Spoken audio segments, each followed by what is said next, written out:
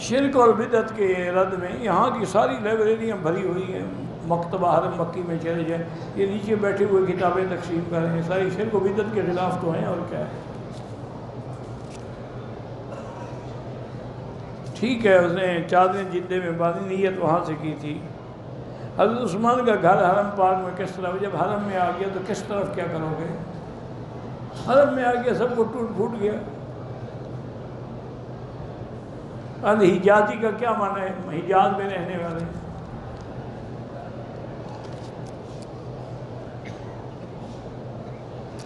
اگر مدینہ منورہ سے آ رہی ہے اور حیض ہے, حیض میں نیت کر سکتی ہے, لبیک بھی, لیکن شرط یہ ہے کہ پھر اس کو یہاں رہنا ہوگا جب تک پاک نہ ہو, عمرہ نہ کرے, وہ جا نہیں سکتا. اگر اس کے پاس ٹائم نہ ہو تو بہتر ہے کہ نیت ہی نہ کرے, بعض ائمہ کے نزدیک جائز ہے.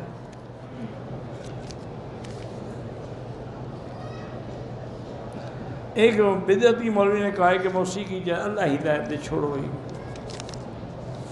آج کل تو کہتے ہیں موسیقی غذائے روح ہے, روح کی غذا ہے. اللہ کہتا ہے قرآن روح کی غذا ہے, کہتے ہیں موسیقی ہے.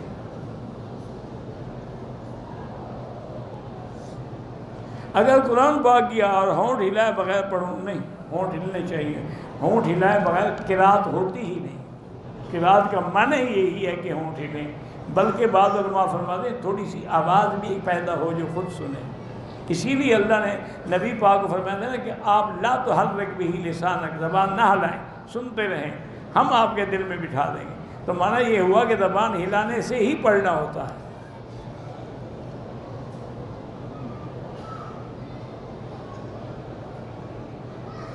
میں اگر عشاء کے فرض با جماعت وتر وغیرہ رات کو پڑھ کر سوتے وقت سورۃ واقعہ پڑھ لوں, اچھی بات ہے.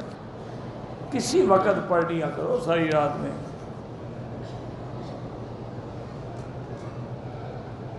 یہ میں نے حدیث نہیں پڑھی کہ اپنی طرف سے ٹھیک کریں گے غلط ہو جائے گا.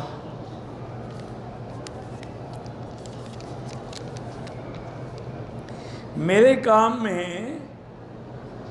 پتہ نہیں غرہ استعمال ہوتا ہے, ہاتھوں کو لگ جاتا ہے.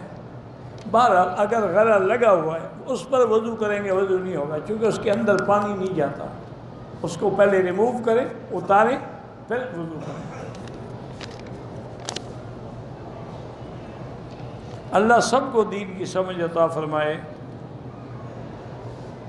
حضور صلی اللہ علیہ وسلم کے والد کی قبر مدینے میں ہے, والدہ کی ابوا میں ہے. کالی مہندی لگانا جائز نہیں ہے, باقی جو بھی لگاؤ جائز ہے.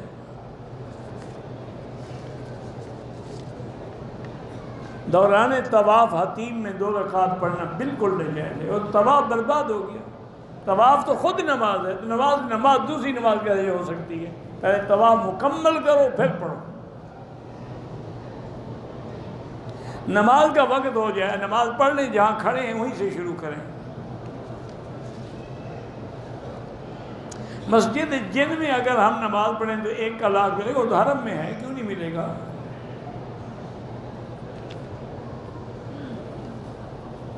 مسجد حرام سے بوتل میں پانی لے جاتے ہیں, کوئی حرج نہیں. لے جانے کے لیے ہی تو رکھا ہے, پینے کے لیے, لے جانے کے لیے. نفل پڑھ کے کسی کے لیے بطور ہدیہ دعا کر سکتے ہیں, اس کو بتانا بھی ضروری نہیں ہوتا ہے. نماز کے وقت اگر کپڑے رومال کے سرے لٹکے ہوئے, اگر سر پر ہے لٹکے ہوئے ہیں پھر کوئی حرج نہیں. اگر کندھے پہ لٹکے ہوئے ہیں تو وہ ناجائز ہے. صدر کا معنی وہ ہوتا ہے جو کندھے پہ رکھ کے لٹکایا جائے, جو سر پہ ہو اور لٹکا ہو وہ صدر نہیں ہوتا.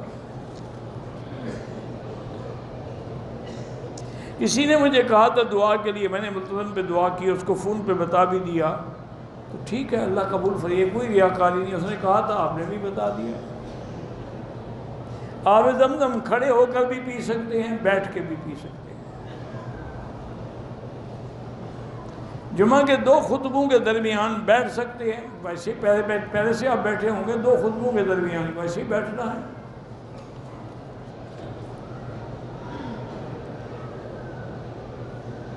میرے دوست نے لفظ طلاق تو استعمال نہیں کیا, لیکن بیوی کو 3 دفعہ کہا کہ تم فارغ ہو, طلاق ہو گئی حضرت. کس چیز سے فارغ ہے؟ صاف معنی اس کا یہی ہے. اب بہانے بنانے کا کیا فائدہ؟ طلاق ہو گئی جناب. میں نے ایک زمین کی بات کی، 7 لاکھ روپیہ دیا، اب 1 سال کے بعد پیسہ واپس ملا تو 1 سال کی ہاں بالکل زکوٰۃ دینی ہوگی. میری گھر والی حیدرآباد سندھ اسپتال میں داخل ہے، اللہ اس کو شفا دے اور صحت و عافیت کے ساتھ ولادہ ہو جائے.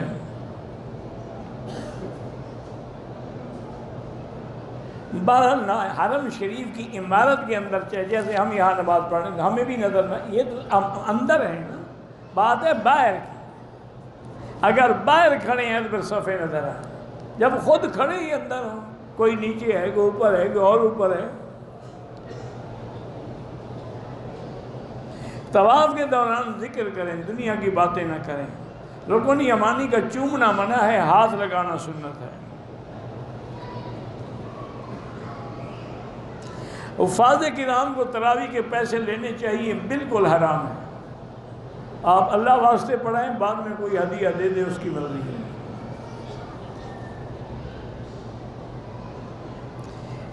امام شافعی کے نزدیک 1 مشت کم داڑھی رکھ سکتے ہیں؟ بالکل نہیں رکھ سکتے. ائمہ 4 کا اتفاق ہے کہ داڑھی جو ہے کم از کم 1 مشت ہے.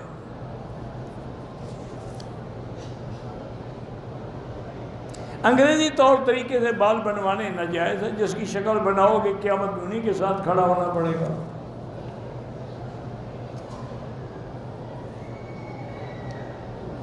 درس قرآن یا طواف، صاف بات ہے کہ علم سیکھنا زیادہ ضروری ہے. میدانی عرفات سے عمرہ ہو سکتا ہے؟ ہو سکتا ہے. غیر عورت کا بوسہ لینے کی سزا بھی کوڑے ہوگی یا اور ہوگی؟ جو قاضی سمجھے گا تعزیر وہ کرے گا. وہ جیل بھیج دے، وہ چاہے کوڑے مارے.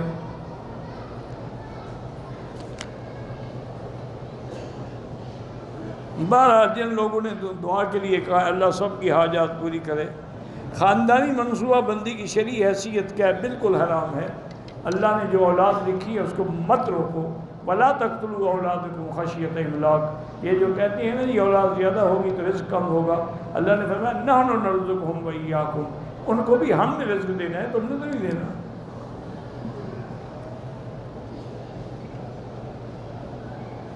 مسجد جن میں حضور پاک نے جنوں کو درس دیا، درس تو نہیں دیا تھا، وہاں ملنے آئے تھے.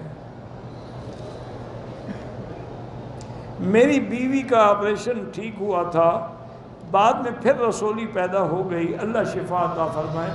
اصل میں مصیبت یہ ہوتی ہے کہ بعض اوقات اس کے اندر کوئی ٹیشو رہ جاتا ہے، اس لیے بہتر ہوتا ہے کہ آدمی ایسے حالات میں کسی بڑے سرجن سے آپریشن کروائے اور پھر اس کے ٹیشو لے کر ان کو ٹیسٹ بھی کروائے کہ آیا اس میں خدا نہ کرے کینسر تو نہیں.